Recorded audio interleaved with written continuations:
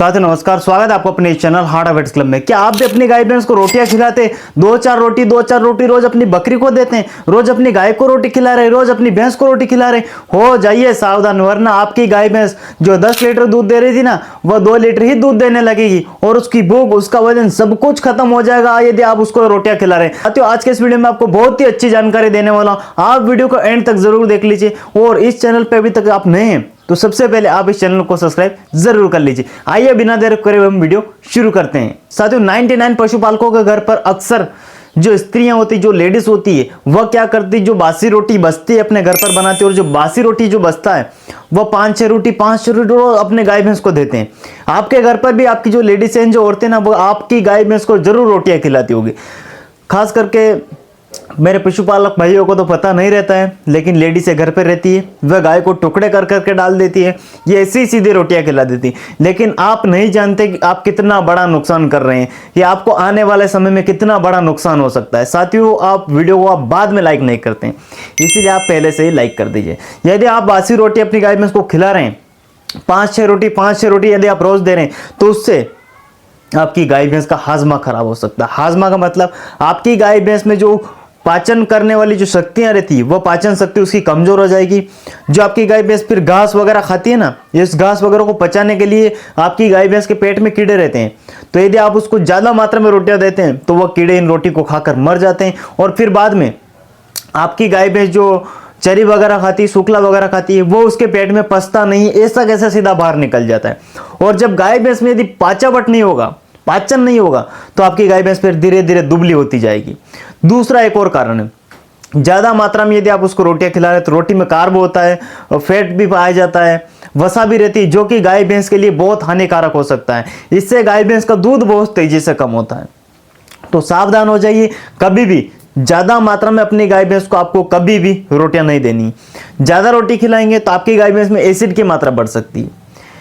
Acid की मात्रा यदि गाय भैंस में बढ़ जाएगी तो आपकी गाय भैंस फिर खली दलिया खाना बंद कर देगी और केवल फिर पानी ही पिएगी। हरा चारा मामूली खाएगी लेकिन पानी ज्यादा पिएगी, और दूध तो आप छोड़ ही दीजिए, दूध तो फिर देना बंद ही कर देगी आपकी गाय भैंस। बिल्कुल 1-2 लीटर ही दूध देगी, जो गाय भैंस 5 से 7 लीटर दूध दे रही थी।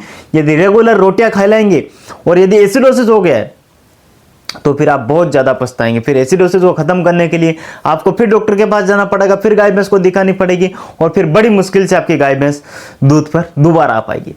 तीसरा चौथा एक और सबसे बड़ा कारण, यदि आप ज्यादा मात्रा में अपनी गाय भैंस को रोटियां खिलाते हैं गेहूं के आटे की, तो साथियों उससे क्या होगा, आपकी गाय भैंस के खुर पकने लगेंगे और लंगड़ापन आ जाएगा। ये साइड इफेक्ट रहते हैं। जो भी गेहूं की रोटी अपनी गाय भैंस को आप देते हैं ना, बासी रोटी, उसके साइड इफेक्ट रहते हैं। बाद में आपकी गाय भैंस लंगड़ापन आ जाता है। वो कुछ भी इलाज करने के बाद गाय भैंस लंगड़ा चलना बंद नहीं करती।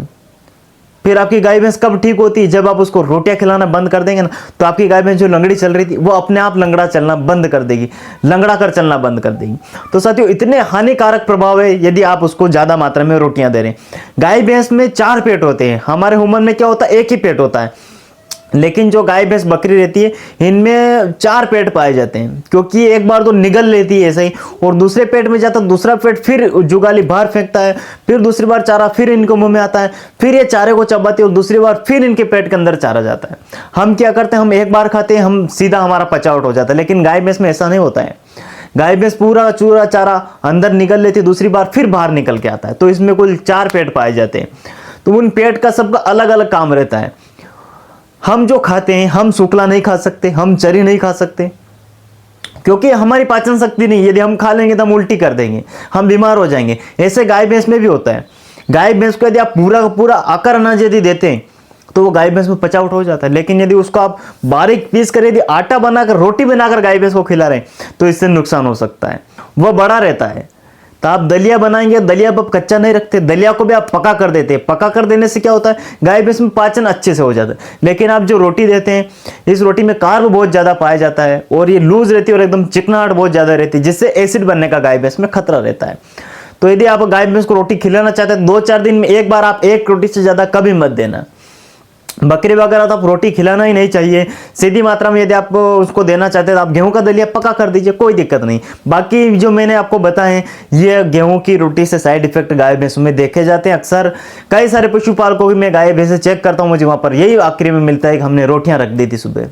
कई बार बासी रोटी में फफूंद लग जाती है, उसके कारण गाय भैंस में मेस्टाइटिस हो जाता है, बड़ी बड़ी बीमारियां तक हो जाती है। तो इसलिए गाय भैंस को कभी भी रोटी नहीं देना है। रोटी देना भी है तो 2-4 दिन में एक बार देना है, और एक रोटी से ज़्यादा हमें कभी नहीं देना। फ्रेंड्स, वीडियो आपको पसंद आए, जानकारी अच्छी लगी तो ज़्यादा से ज़्यादा लोगों तक इस वीडियो को ज़रूर शेयर कर देना। मिलते हैं किसी नेक्स्ट वीडियो में, तब तक के लिए जय हिंद, जय भारत।